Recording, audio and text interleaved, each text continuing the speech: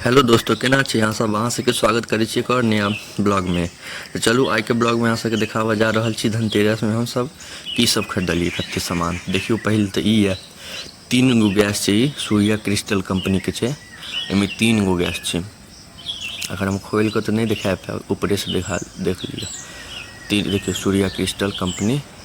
और ये 3 burner automatic कथी छै, आइजनेशन ग्लास टॉप मतलब ऑटोमेटिक छै ना। ऊपर करबे ना तो अपने आप गैस जड़ जात।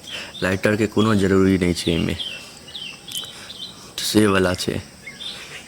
और यह छै, पीछा में किछ नहीं छै। बेड यह सबसे बड़का चीज तो यह खरीदलू गैस। ये हमरा पड़ल अहाँ के कते 3000 में ये पड़ गेल हमरा। हम सब बताया सस्ता पड़ल कि महंगा पड़ल। देखियो 3 एमे गैस छै, बीच वाला एगो छोट छै, 2 गो पैघ छै। अब चलो दोसर चीज नहीं छी। अब ई मेन चीज ये, ई नमक सब गोटा खरीदब। नमक बहुत जरूरी रहे छै।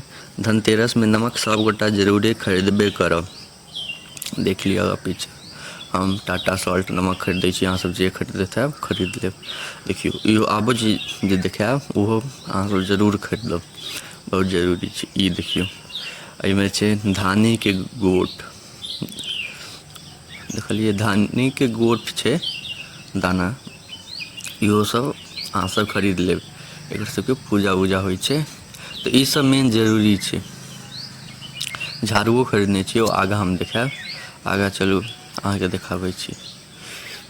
ई लाइट खरीदलू, भुकभुकिया बॉल घर पर सजावऽ लेल। एक रंगीय बॉल छै, लेकिन की कहबै ओकरा भुकभुकिये बॉल कहि सकै छी। तो घर पर सजावऽ लेल एकरा खरीदलू।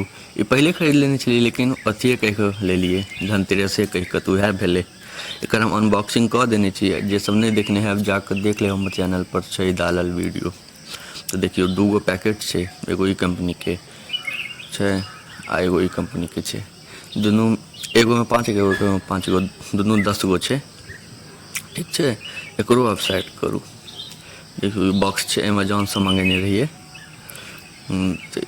एकरो साइड करू। आब देखियो इहो चीज जरूर खरीदबे करब, की कहै छै ओकरा, चांदी के सिक्का। हम 2 गो गहना खरीदलिए, देखाबै छी। पहिला गहना अहाँ के देखियो बिल छै, बिल अहाँ के हम नहीं देखाएब, देख लियो ऊपर नीचा। उसके बाद देखियो एमे चांदी के पायल खरीदलिए। ई अहाँ के है 25 ग्राम के, 25 ग्राम के छै। अपन रेट के हिसाब से अहाँ सब पता लगा ले, ठीक है। अब चलो दोसर दिखाबै छी। एमे छै की कहै छै ओकरा, ई सिक्का, चांदी के सिक्का। ई छोटका वाला छै, 5 ग्राम छै। कियाकि एते महंगा भऽ गेलै, पैघ वाला 10 ग्राम वाला खरीदऽ में मुश्किल होइ छै, तो लोग छोटके सिक्का खरीदै छै। तो छोटके खरीदलू वह, देखलिए लक्ष्मी जी और जे छथिन कुबेर भगवान, जे भी कहियो, ई दुनू गोटा भगवान छथिन। आ पीछा में डिजाइन बनल छै। हमरा एते कोनो भगवान के बारे में नहीं पता रहैया, लेकिन हाँ ठीक छै, कनि मनि तो बुझिए लै छियै। मम्मी अपन पूजा उजा केलक, ओहिसँ कनि पता चलि जाइ छै। आ देखियो एहिमे हमरा ई फ्री देलकै बिछिया, देखलिए एते फ्री देलकै। और ई 2 गो परसों फ्री में देलक, देखलिए ई 2 गो परसों फ्री में देलकै है।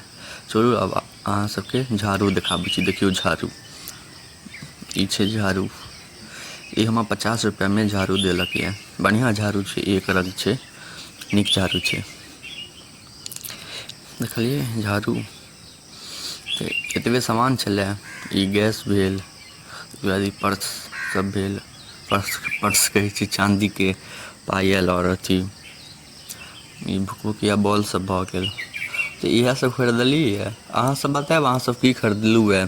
चांदी के सिक्का जरूर खरीदबे करब, नमक धनिया कि गोट ई सब जरूर खरीदबे करब। ई सब झाड़ू ई सब तो सब खरीदै छी।